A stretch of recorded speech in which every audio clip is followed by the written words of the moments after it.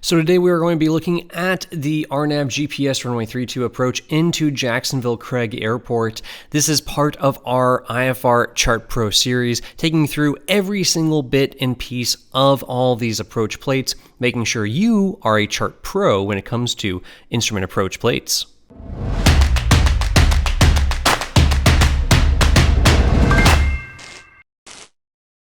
Hey guys, what is up? John here from fly8mikealpha.com, and today we're going through the RNAV GPS runway 32 approach plate into Jacksonville, Florida. We're going to go through every part and piece of this plate to make sure that you know exactly every number, every letter, every symbol on here, and you are fully ready for your instrument pilot check ride, or just out there if you're flying in the real world as an instrument pilot and want to refresh on this stuff. It's going to be a very thorough video as we dive in here. This is part of our IFR Chart Pro series from fly8mikealpha.com. You can check out more of these videos in our Instrument Pilot Ground School and all those other IFR courses on Fly8mikealpha if you're interested.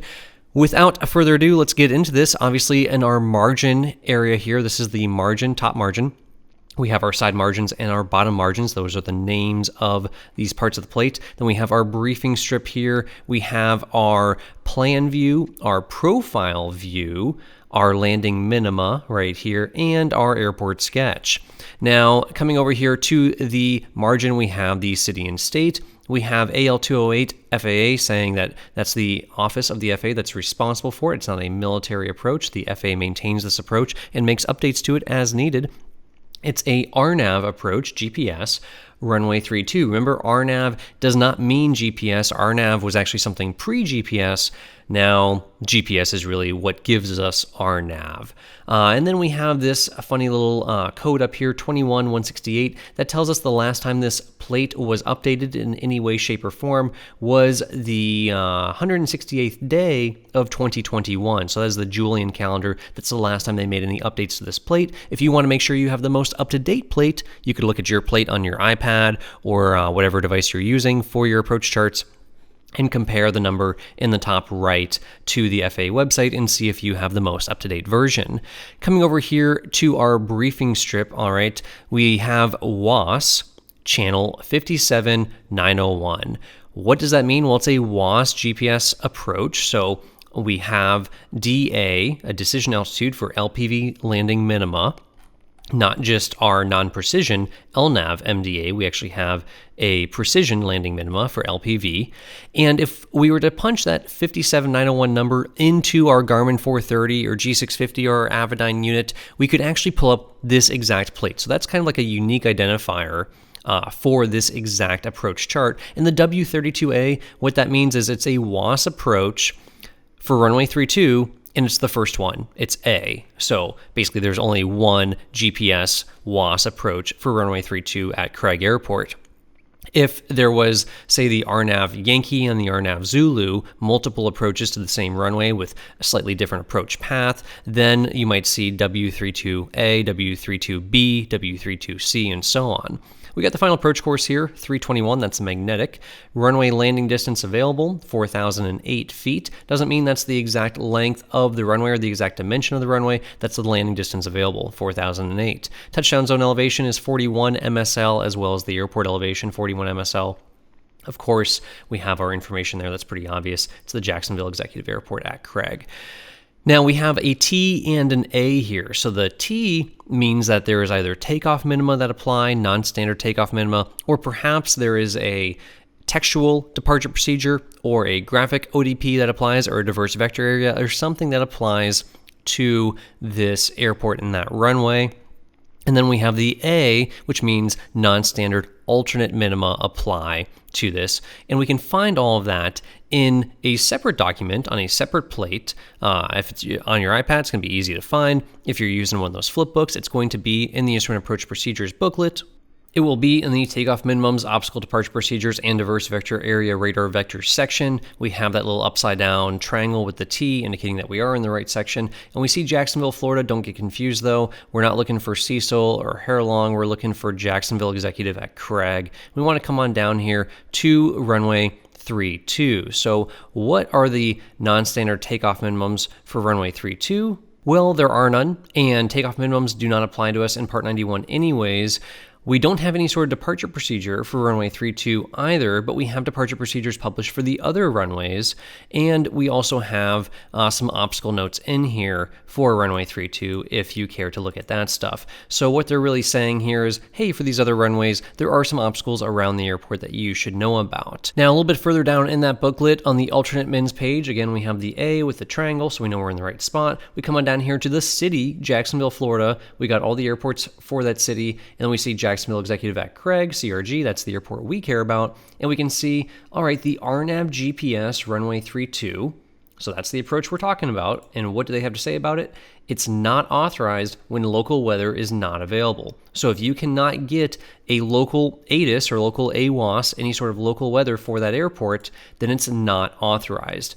This category's CD 800 2.5, well, that applies just to the VOR runway 14, so we can ignore that. They're simply just saying you cannot do the RNAV GPS runway 32 when local weather is not available. Now, does that mean we physically can't fly this approach when local weather is not available? No, it's not authorized as an alternate when local weather is not available. So you can't file this as an alternate. You can still certainly fly the approach, even if you didn't file this as an alternate, or use that approach to file your alternate on your flight plan. You can certainly fly this approach. And remember, just because you file airport XYZ as an alternate airport doesn't mean you have to actually divert to XYZ airport if things don't go according to plan on your flight. You can divert anywhere and fly any approach you want.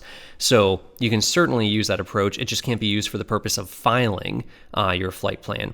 And you're like, well, what does it matter if I file it or not? Why can't I file it? What they're really doing is saying, hey, find a different approach that you have to use.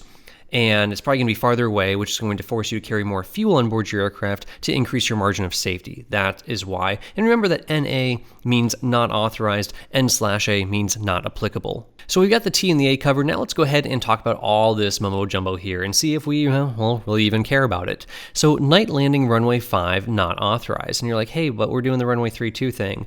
Well, it's got circling minima. So what they're saying is at night, you're not allowed to circle to land runway 5. Now, what if it's, say, 2000 overcast? Well, sure. Then you certainly could, because you could be off the instrument approach and flying regular VFR. You could be canceling your IFR flight plan, and you could certainly land runway 5 at night. Doesn't matter that you were going to fly the runway 32 approach. When you break out at 2,000 feet AGL, there's nothing to stop you from flying a normal pattern. They simply don't want you circling to land runway 5 at night. It's not authorized when you're down there at the circling MDA of 500 feet MSL in Category A or 580 in Cat B. Coming back up here, Baro VNAV and VDP not authorized when using Jacksonville International altimeter setting. So going back to that scenario of we're using the altimeter setting from Jacksonville International because the ATIS maybe is not working. Baro VNAV, what's that? Well, we don't have it in our Cessna 172s. You're just not going to find it anymore. It's kind of an old school way, and it applies to those LNAV, VNAV minima. So it's a Baro assisted glide slope, basically. So giving you a GPS localizer, so to speak, with or lateral guidance, and then a baro or altimeter assisted glide path. And obviously, if you're using a different altimeter setting, that's going to mess with that glide path. They don't want you flying those LNAV, VNAV minima. We're not going to do it anyways because we typically don't have those systems installed. We typically have a Garmin 430W or a 650 WAAS, so we can actually just fly the LPV minima if we want to. And then the VDP is not authorized when using Jacksonville International altimeter setting, and you're like, VDP? Well, that's that V down there. And why would the VDP be not authorized? I thought that was just like kind of a way for them to say, hey, this is a helpful reminder that 1.1 nautical miles from the runway, if you don't see it and you're at your MDA of 440, because remember the VDP, asterisk, LNAV only, it really is more of a non-precision approach thing. Well, if we don't see that 1.1 nautical miles, then we're going to go ahead and just go missed. Now, we're going to climb first until we hit our missed approach point, being runway 32, and then go ahead and make turns. We can climb as high as we want prior to reaching the runway. We don't want to actually go missed or make turns like that right turn up to 1,900 feet until we cross the runway. We could certainly climb to 1,900 feet or higher if you were instructed to by ATC prior. Just don't make any turns till you actually cross that runway threshold. Now, getting back to this VDP thing here, why don't we have a VDP on a precision approach, like a LPV decision altitude? Well, because as you come down, you hit 241, your minima, and you decide right away, you either see the runway and you land, or you don't see the runway and you immediately start climbing, and then you cross your missed approach point, and then you make the turn. So there is no purpose to have a VDP or a visual descent point. The visual descent point is telling you that, hey, if you get down from 1,000 feet or 1,900 feet down to 1,000 at MUDV, and then after MUDV get down to 500 or say 440 in this case for an LNAV MDA, so you get down to 440, and you're cruising along straight and level at 440 for a while, and you get to 1.1 nautical miles from the runway, that would be a point at where you could make a normal descent to the runway. If you continued at 440 any longer, and then you saw it, well, you'd have to dive crazy for it. They don't want you to do that. So if you pass the VDP at your MDA and have not seen the runway, you climb, you start going missed. Now, why is the VDP not authorized when using the Jacksonville International Altimeter setting? Well, if we come down just a little bit further, when local altimeter setting not received, use Jacksonville International Altimeter setting and increase all decision altitude 32 feet and all MDA 40 feet.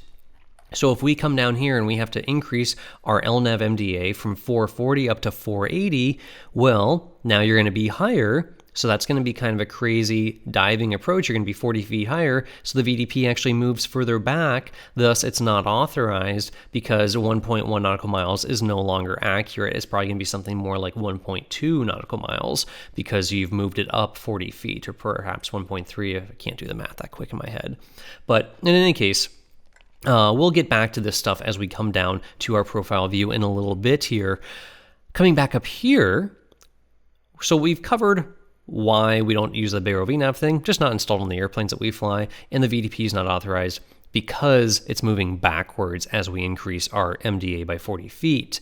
For uncompensated Baro VNAV systems, LNAV VNAV not authorized below 27 degrees Fahrenheit or above 130 Fahrenheit. Again, we are not flying a Baro VNAV system on our airplanes. We're not flying that LNAV VNAV minima. So it doesn't matter if we have a compensated or uncompensated Baro VNAV system. We don't have it, period. We can ignore that part of it. Next thing is DME/DME RNP 0.3 not authorized. What is that? Well, that is actually a system, an RNAV type system. So RNAV being kind of a horizontal guidance or telling you where your airplane is in space or on the map, using a DME and another DME. So using two different DME stations or two different vortex, triangulating where the aircraft is, and the precision that it is RNP 0.3, required navigational performance 0.3. We don't have that. We have GPS. We have Garmin 650s that work off satellites. We don't have crazy DME systems like the airliners did, or this is just kind of an older way of doing RNAV with a DME and another DME triangulating where the aircraft is. So the fact that it's not authorized does not matter to us. Next up is helicopter visibility reduction below 3/4 statute mile, not authorized. We're not talking helicopters here, guys. We're talking fixed wing airplanes. So it does not matter there. The VDP is not authorized with the Jacksonville International Altimeter setting. That's basically the same exact thing it said up there. And then when local altimeter setting not received, use Jacksonville International Altimeter setting and increase all DA 32 feet and all MDA 40 feet. We talked about that earlier. So if we do not get the altimeter setting, perhaps it's out of service or the ATIS is out of service or somehow or another, we can't get the altimeter setting for Craig. We have to use the Jacksonville International Altimeter setting just a few miles away.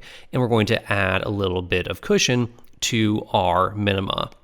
Next up, for inoperative Mauser, the approach lighting system, when using Jacksonville International Altimeter setting, increase LNAV VNAV all CATs visibility to 1 1/8 miles and LNAV CATs C and D visibility to 1 1/4. Well, we're flying in category A or B most likely, so we don't care too much about that. We might be flying LNAV minima, but we're definitely not going to be flying that LNAV VNAV minima because that's that whole Baro VNAV thing that they're talking about. So doesn't apply to us and really doesn't apply to us because we're probably going to be category A or B. Don't think you're flying anything quite that fast to get you up into Cat C or D. That's our notes. So a lot of it that does not apply to us, but important to know what does apply and what does not apply, because you will be asked that on your instrument check ride.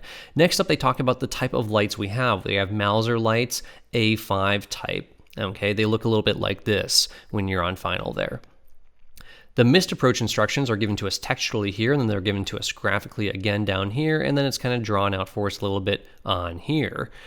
So missed approach, climb to 700, then climbing right turn to 1900 feet, direct JVEG and hold. So where on earth is JVEG? It's right back there. It's actually one of the initial approach fixes. Makes it super convenient if you go missed to come on back and, well, try again. Maybe a little teardrop entry there, a little parallel entry, however you prefer to do it. Obviously, it makes it really easy when you have those glass cockpits that tell you how to do it for you. In the real world, you can do whatever entry into the hold you prefer. For the check ride purpose, they're going to want to see the recommended entry, whether it's going to be parallel or teardrop. Let us know in the comments below which is correct. Are you going to come off of here and do a parallel entry or do a teardrop entry to join the hold here at JVEG? So that's our missed approach textual instructions. We can kind of visualize it here as well on our plan view area of the approach plate. And then we can also see it down here given to us as straight ahead 700, then hangar right 1900, go to JVEG. I really like that. That's kind of one of my favorite ways to explain how to do a missed approach. Next up, we have our frequencies, all right? We have ATIS, we have the Jacksonville Approach Control, that 300 frequency is a military frequency, so is that, well, those are the two military frequencies that apply here. The Craig Tower is always going to be bolded, or really the tower frequency, I should say, is always going to be bolded to help you find it on that frequency strip there, part of your briefing strip. This whole area here would be considered a briefing strip. And we can see 132.1 is also the CTAF frequency because we have a star there next to the tower, which means it's part-time. Check the chart supplement for more information as to what the operating hours are. We have that little L there, which is going to indicate to us that that's also how we're going to turn on the lights. Then, of course, ground control, clearance delivery, and the Unicom frequency. Unicom is, in fact, different than the CTAF. That's pretty common whenever you have a CTAF that is the same as the tower frequency when the tower closes. Coming down here to our plan view, all right, we have some obstacles they note for us. So we have some antennas to watch out for. We have the tallest obstacle kind of bolded, more obvious there, makes it easier to find what the tallest obstacle is there, 1090 on that cell phone tower. And then we've got our waypoints. So this is a GPS approach. So we have flyby waypoints, and then we have a circled waypoint right in there. That is a flyover waypoint. That's a waypoint RW32, and that is your missed approach point. So basically the threshold of runway 32 is the missed approach point, and we have to fly directly over it. They don't want you to fly by it. What is a flyby waypoint? It's basically when your GPS takes you from like Lobel on over to JVEG, and you make that right turn inbound on the approach. Well, you can go ahead and kind of cut the corner there a little bit, right? Because we're going to come more over this way. We're not going to go here and then make a sharp 90. So these are flyby waypoints. There's a certain amount of space that you're able to kind of miss them by and still be safe and protected. Flyover waypoints, we actually have to hit right on the dot there. We also have a note here that says limit missed approach to 230 knots. So don't go faster than 230 on the missed approach. Shouldn't be a problem for you in your 170 or 172. Radar is required, so that's an important thing here. So we do have to have radar to actually fly this approach. So if the radar is down at Jacksonville, then they're not going to allow us to fly this approach. Other things to look at here, 224 plus or minus on this cell phone tower. What does that mean? It's just an unverified obstacle. So plus or minus is pretty close to 224, but it's anybody's guess. Try not to go fly at 225 and fly right over the top of it. You might want to add a little cushion there because it's plus or minus. It's not a verified altitude. We've got our holding pattern here, 4 nautical mile legs, pretty obvious. Why is Epsom? I guess I would say that, and Lobel. Why are they underlined? Well, they're not underlined, actually. It just says 210 knots with a line over top of it, meaning you got to be under 210 as you're flying over Epsom and Lobel. That's going to go ahead and give you protection if you're under 210 to make that turn, and you're not going to be making the turn crazy wide if you're going way faster. So that is a limitation that we have to abide by, is stay under 210 knots. Again, not too much of an issue for us in our 172.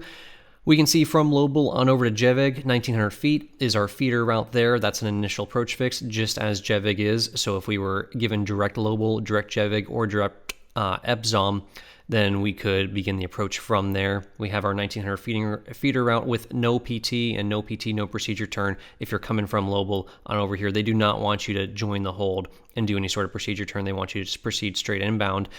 Basically, make sure you're not crossing Lobel at 5,000 feet, because that's going to be a little bit of a problem for you to get down from Lobel over the course of 5 nautical miles over to Gjevig. We got 6 nautical miles between Gjevig and Ader. That's the final approach fix, is Ader. Mudvee is a nice little intermediate fix there, 2.9 nautical miles to runway 32. That's to the threshold. So we can see from Mudvee, 2.9 nautical miles to runway 32, 1.1 plus 1.8, 2.9. Now, as far as anything else on here, I'd say that covers most of our plan view for us. We do have the MSA tucked away down here in the bottom right. MSA for runway 32, it's based off the center of runway 32 is the waypoint they're using. 25 nautical miles of the center of runway 32, 2,100 feet. So if you're within 25 nautical miles of runway 32, you're 2,100 feet, you should not hear any metal crunching as you're flying around out there at night or in the clouds.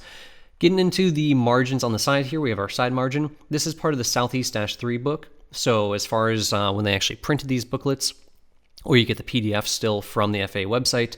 SE-3 was the booklet that you could find this approach plate in. It's valid from the 2nd of December until the 30th of December. Coming down here to the bottom of the margin, let's just get that out of the way. This is the geometric center of the airport, roughly. So the geometric center of the runways, somewhere right about here, is that coordinate. So that coordinate's not going to take you to the threshold of runway 32 or anything like that. It's going to take you really to the center of the airport. And then down here we can see Amendment 1A. They have made some amendments to this approach. The last amendment was made on the 20th of May, 2015. And you're like, hey, well, I call BS on this then, because you told me the last time they changed this approach was the 168th day of 2021. And now you're telling me they amended it back in 2015. Well, an amendment to the approach is something like changing the altitudes on the approach, changing the actual fixes, changing the names, things like that.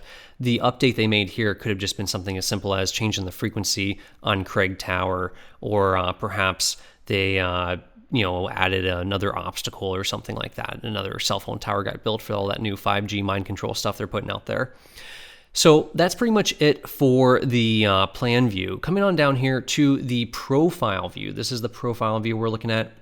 It shows us a nice visual depiction of coming in on a heading of 321 or going outbound 141 if you're in the holding pattern, and you're coming in at 1900 or above. You don't have to be right at 1900. You could be at 5,000 feet, but it'd be pretty hard to fly this approach if you're stuck way up there. Hopefully ATC brings you in a little bit shallower than that. The glide path is 3 degrees, and the threshold crossing height is 42 feet if you actually fly this approach correctly and are on glide path for it.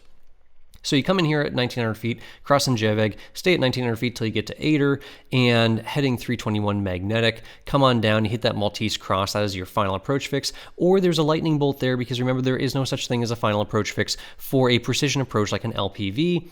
There is only a final approach fix for your LNAV MDA, so your non-precision approach there. Either way, you're going to get glide slope intercept if you're at 1,900 feet, roughly right around Ader, and that is the final approach fix if you're on a if you're on a precision approach. It's when you hit the glide slope, you consider that to be your final approach fix in the final approach segment of the approach. So you're coming on down here now on the final approach segment. This would be the initial approach segment. This is the intermediate segment. This is the final approach segment. As you're coming down here, you hit Mudvee. If you're on an LNAV approach, then you'd want to cross Mudvee at or above 1,000 feet. If you're just flying the LPV minima, you just follow the glide path and you can kind of ignore Mudvee. It's a nice little reminder, like, hey, I'm about a minute and a half from the runway or so at Mudvee. But if you're flying that LPV minima, just follow that glide path. Do not worry about the 1,000 feet. It is a good kind of checkpoint if you cross Mudvee and you're on glide path and you're at 600 feet there. Your glide path might be broken and you might want to go around. Something seriously wrong. But if you're crossing in the ballpark of 980, 1020, something like that, you're in the ballpark. You're right around 1,000 feet. So good for situational awareness. We come on down here on the LPV. Again, we ignore the VDP. We simply come on down to 241 feet. We're going to be a little bit closer to the runway than the VDP when we make that decision to either, yes, runway in sight, landing, continue on down, or runway not in sight, climb.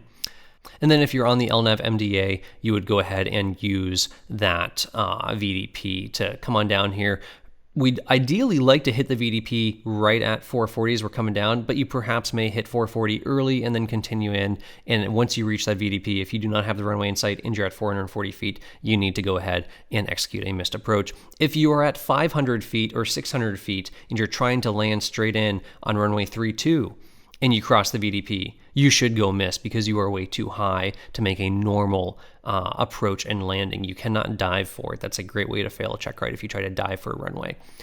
The VDP is not really going to be much use to us on a circling approach. We're simply going to come down to 500 feet and roughly around the VDP-ish area, you should be breaking out at 500. Basically, if you are flying a circling approach and get down to 500 feet and get anywhere near that VDP, of course, you do have to calculate the VDP. It's a little bit higher, right? So 60 feet higher is going to be back a little bit. So if you get within about 1.3 miles of the airport environment and you don't have the airport, obviously 1 mile is the required flight visibility. If you have the 1 mile flight visibility, technically you could continue all the way to a mile of the airport. If you don't see the lights at that point, then you don't have a mile flight visibility. You need to go around. Hopefully, especially as a new instrument pilot, if you get down to 500 feet and you're 1.5 miles from the runway threshold, you'd be seeing the airport if you have any intention of continuing to land there. And hopefully you'd be breaking out at above 500 feet, not just the actual minima. When you do come down on a circling approach, an important thing to mention, say you break out at 800 feet.